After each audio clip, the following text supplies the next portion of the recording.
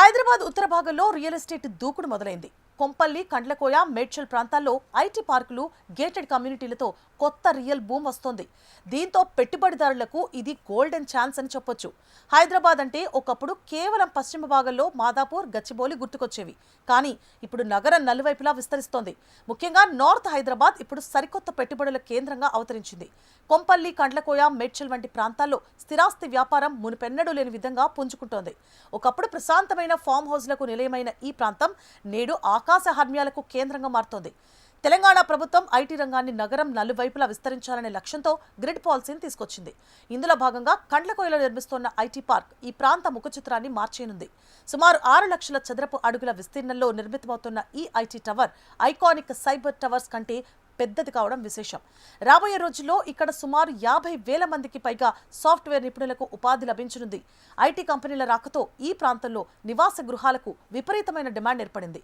Gachibowli, financial district వంటి ప్రాంతాల్లో చదరపు అడుగు ధర సామాన్యుడికి అందనంత ఎత్తుకు చేరుకుంది. దానికి భిన్నంగా ఉత్తర హైదరాబాద్లో ధరలు ఇంకా అందుబాటులోనే ఉన్నాయి. అపార్ట్మెంట్లలో చదరపు అడుగుకు 4,500 రూపాయల నుంచి 5,500 రూపాయల వరకు పలుకుతోంది.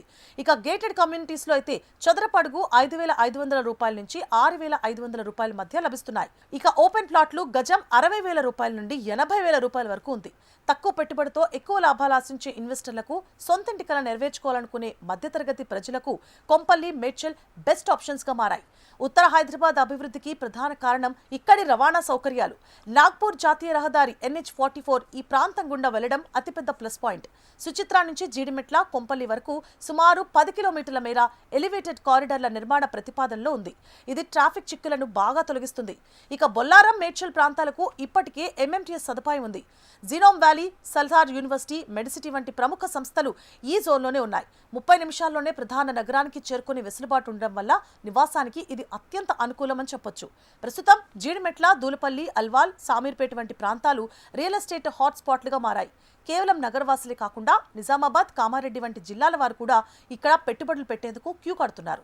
బడా నిర్మాణ సంస్థలు ఇప్పుడు వెస్ట్ హైదరాబాద్ నుంచి దృష్టి మళ్లించి మేడ్చల్ హైవేలో భారీ విల్లా ప్రాజెక్టులు, పెద్ద పెద్ద బిల్డింగ్ల నిర్మాణానికి భూసేకరణ చేస్తున్నాయి.